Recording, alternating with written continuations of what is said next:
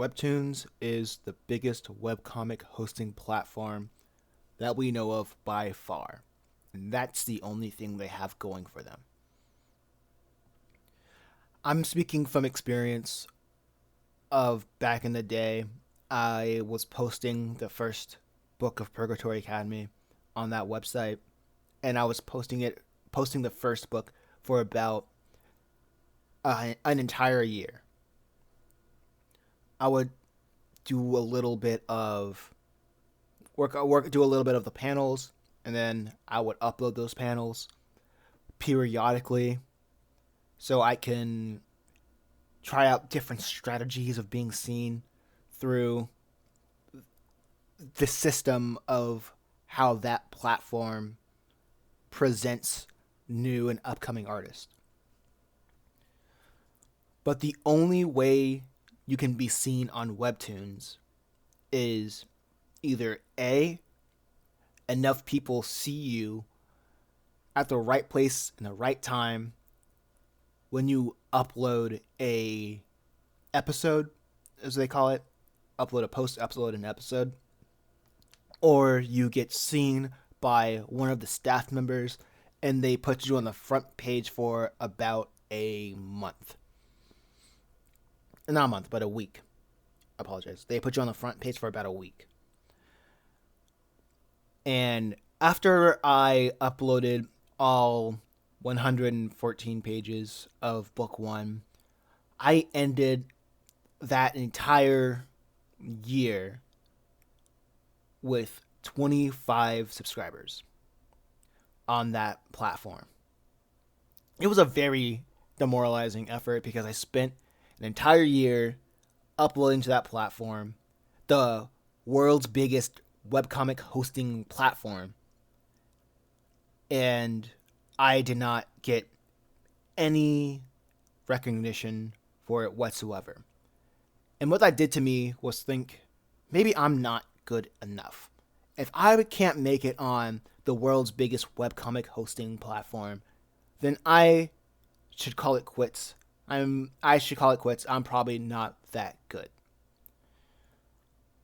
But that gets me to the first problem. The problem with that website and the lack of reach, the lack of native reach that it has. In order for other people to see your comic on Webtoons, is going on other platforms like Facebook, Reddit, Twitter. I see a lot of people using Twitter to promote their Webtoons. And all that does, as I said in previous modules, is it brings the viewer, your potential fan, from one platform to see your content on another platform. And that brings me to the format. Webtoons and Tapaz, they really bank on the vertical scrolling format. And that makes it much more difficult to share on different platforms because traditionally we make and post our comics on, let's say, 7x10 or 6x9 or a rectangular canvas, usually parroting a book in size, in dimensions. And that makes it easier for us to share it on different platforms. And the format change on that website, it forces people to mess up the composition. It ruins the overall. No, I wouldn't say ruin. It has to. You have to accommodate your entire comic to the vertical practice of those webcomic hosting site. Mind you, what I do is I make everything in a square format first, the page format first, and then I take each panel and move it and format it into the vertical format so people on that website can read it that way. It butchers like an experience of how it's meant to be read, but it's par for the course if you want to have your comics seen on that platform. Or another thing that you can do is just take the entire page, line it up vertically, so you don't have to compromise your entire composition of your page. But that then you might run into issues of readability because the text may be too small and everybody on that app or website is reading through their phones. The smaller the text, the harder it is to see. Another problem that I have with this website is the fact that they do not provide you analytics whatsoever. You don't know where the people are coming from, what panel that they are looking at the most, how long they are reading it, what is the age group. And age group is so important because you don't know if you can monetize it, because they also have a opportunity for you to tell people to subscribe to your Patreon. But for all you know, you may be promoting your comic to children who don't have money. So that leaves you in the dark. So, and not only that,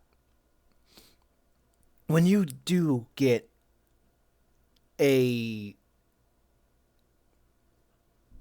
not only that, when you do cultivate an audience through that website, let's say you've been front paged, your audience will not leave that website. You can say, I have a book here. You can go here to follow me some more. But the thing is, Webtoons, they do not allow you to use hyperlinks that go anywhere else. I've seen people try different ways of how people can follow them.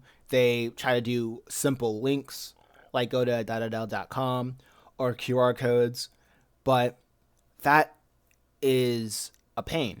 That is requires a lot of heavy lifting for the viewer, for your potential fans, for the audience. You could say, if they are real fans, they'll follow me. That can be true. But I will tell you this. What you need to capture the most people is to make the audience not think about it. They can subscribe to your series without thinking about it. They can like that post without thinking about it. Why can't they follow you outside of the app with one click of a button? Because they want you to stay. They want that audience to stay on that app for as long as possible. For one, I do not recommend using Webtoons for all of these reasons. If they change in the fact that they can only allow the original poster to have active hyperlinks, that's a different story. If they allow other forms of monetization, which I forgot to mention that their whole system of allowing you to monetize your own work is completely broken, and if you meet their criteria, they'll only pay you in pennies. It's not worth it. I say, go where you are treated best, and Webtoons is just not that platform. There are other platforms that can treat you better without you trying as hard.